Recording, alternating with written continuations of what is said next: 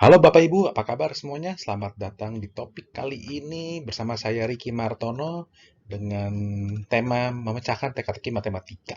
Judulnya, kemana nih sisa uangnya? Nah, kita akan membahas contoh ya, cerita matematika yang sering beredar di medsos ataupun media lainnya yang kemudian membuat kita bertanya-tanya, solusinya apa sih? Nah, ini saya yakin kita sudah sering mendengar cerita-cerita yang akan saya sampaikan nanti. Nah, yang akan saya sampaikan nanti setelah cerita ini adalah bagaimana cara pikir untuk menyelesaikan atau menemukan solusinya. Karena selama ini kayaknya saya sendiri ya, nggak tahu Bapak Ibu, saya sendiri belum pernah menemukan ada yang memberi cara pandang lain untuk menjawab pertanyaan ini. Ya, nah ini ada pertanyaan, ada cerita nih ya. Ceritanya adalah si A, seseorang nih pengen beli pizza harganya Rp47.000. Nah, si A ini nggak punya uang, jadi dia pinjam ke B dan C masing-masing 25.000, sehingga terkumpul 50.000. B 25, C 25.000. Total 50.000 dia pinjam nih si A. Uang yang sudah terkumpul kemudian dibelikan pizza 47.000. Sehingga sisa uangnya ada 3.000, ya kan? 47.000 jadi pizza, 3.000 cash, duit tunai.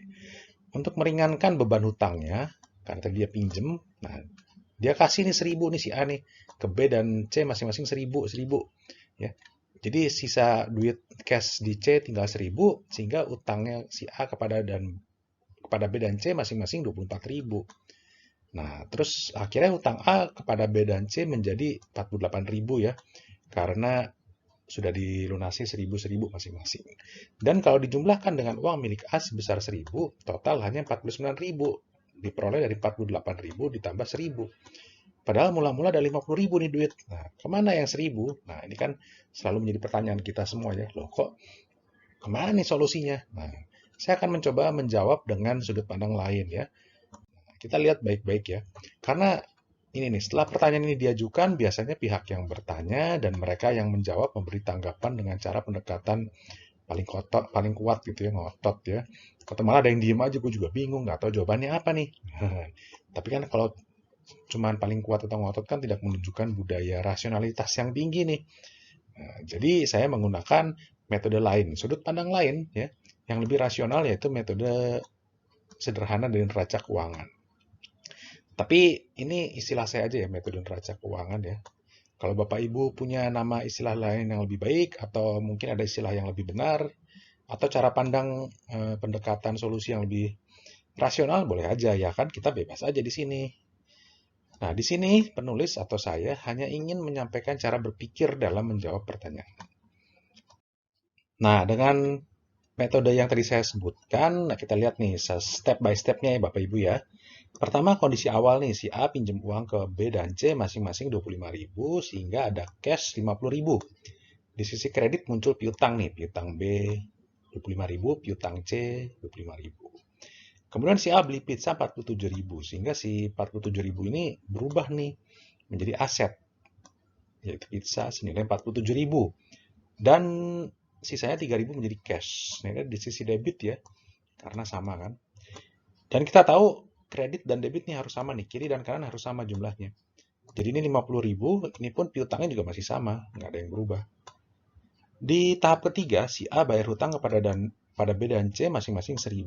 Sehingga di sini tetap ada aset 47.000 dan cash 1.000 ya.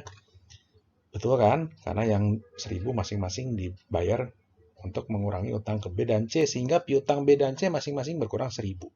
Dari 25.000 menjadi 24.000. Oke, sampai sini kan jelas ya, lancar-lancar saja. Nah, hutang A kepada B dan C menjadi 48. Dan kalau dijumlahkan dengan milik A menjadi sebanyak 1.000, total 49.000. Ini pertanyaannya kan, kemana yang 1.000 gitu, padahal duitnya ini awalnya 50.000 kok tinggal 49, yang 1.000 kemana nih gitu. Tapi ini sebenarnya gimana ya, menurut saya ini bukan soal kemana uangnya, tapi ini adalah soalnya yang salah ya. Karena pertanyaan pada soal adalah menambah total piutang, AP ini piutang ya, yang sebesar 48.000. Ini kan dapat dari sini nih. Nah, dengan cash sisi debit yang di sisi yang kiri. Nah, jadi yang kanan dan kiri ditambah sehingga diperolehlah jumlah 49.000. Pertanyaannya ini nggak bisa nih soal seperti ini, karena masing-masing 48.000 dan 1.000 ada di sisi yang berbeda. Kalau menjumlahkan tuh harus sisi yang sama, kiri dan kiri, atau kanan dengan kanan. Nah, total kiri dan total kanan harus sama. Sehingga kesimpulannya menurut saya adalah pertanyaannya sisa 1.000 ini pertanyaannya ada salah. Jadi nggak bisa nih kita asal bikin soal ya, kesannya wah soalnya susah banget nih, misterius. Enggak, tapi soalnya yang salah dengan pendekatan ini. Tapi saya lagi, kalau Bapak Ibu punya pendekatan lain, ya boleh aja kan. Ya. Nah, pernyataan yang berimbang adalah pernyataan yang benar adalah aset 47.000 yang cash ditambah kas 1.000, ini sisi kiri kan, debit ya.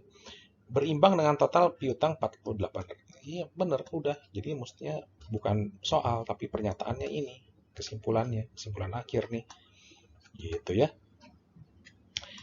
Ada soal satu lagi nih. Ada satu ekor kambing harganya 75.000. Ada 3 pemuda mau beli kambing. Jadi masing-masing urunan 25.000. Total 75.000. Oke, nggak ada masalah ya. Nah, 75 tersebut beliin kambing deh, tapi melalui calo. Ya, karena satu dan lain hal pakai calo ya. Mungkin ini nggak tahu deh kenapa pakai calo. Mungkin karena supaya soalnya makin ribet. Tapi kita lihat nanti satu persatu. Calo itu ternyata bisa nawar nih, memberi ke pedagangnya 70.000 karena ada diskon, atau mungkin bisa nawar. Jadi ada duit sisa 5.000 karena harganya ternyata cuma 70.000. Jadi yang 5.000 ini dikembalikan ke 3 pemuda tadi masing-masing 1.000. 1.000, sisanya 2.000 buat calo. Oke deh, uang fee deh, lo udah beliin gue kambing, udah buat lo deh 2.000, gak apa-apa lah, kasih aja ya. Jadi masing-masing 3 pemuda dapat 1.000. Oke. Berarti masing-masing pemuda sekarang punya 1.000. Dengan kata lain, uang yang dikumpulkan oleh masing-masing pemuda menjadi 25.000 kurang 1.000 atau 24.000. Terus kemudian berarti masing-masing pemuda punya 24.000, totalnya 72.000. Betul ya?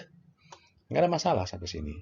Kemudian pernyataan terakhir, kalau di total uang yang dikumpulkan 72.000 ditambah 2.000, 72 ini dapat dari apa namanya ya, yang di atas ini ya. 2.000 dapat dari cashnya si calo. Jadi total 74.000. Pertanyaannya mana nih yang 1.000 nih?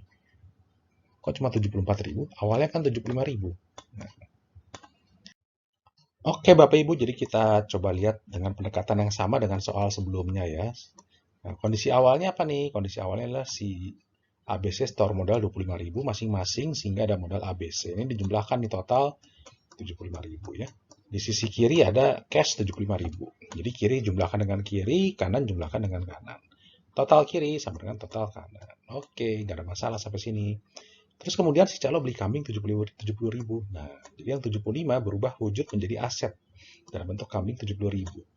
Si calo dapat 2.000 nih, jadi cash nih. Terus masing-masing 1.000 dikembalikan untuk mengurangi modal ABC masing-masing 24.000. Jadi sisi kanan dijumlah berapa? 3 kali 24.000? 72.000. Sisi kiri sama nih, 70 tambah 2, 72.000. Jadi nggak ada masalah kan sampai sini?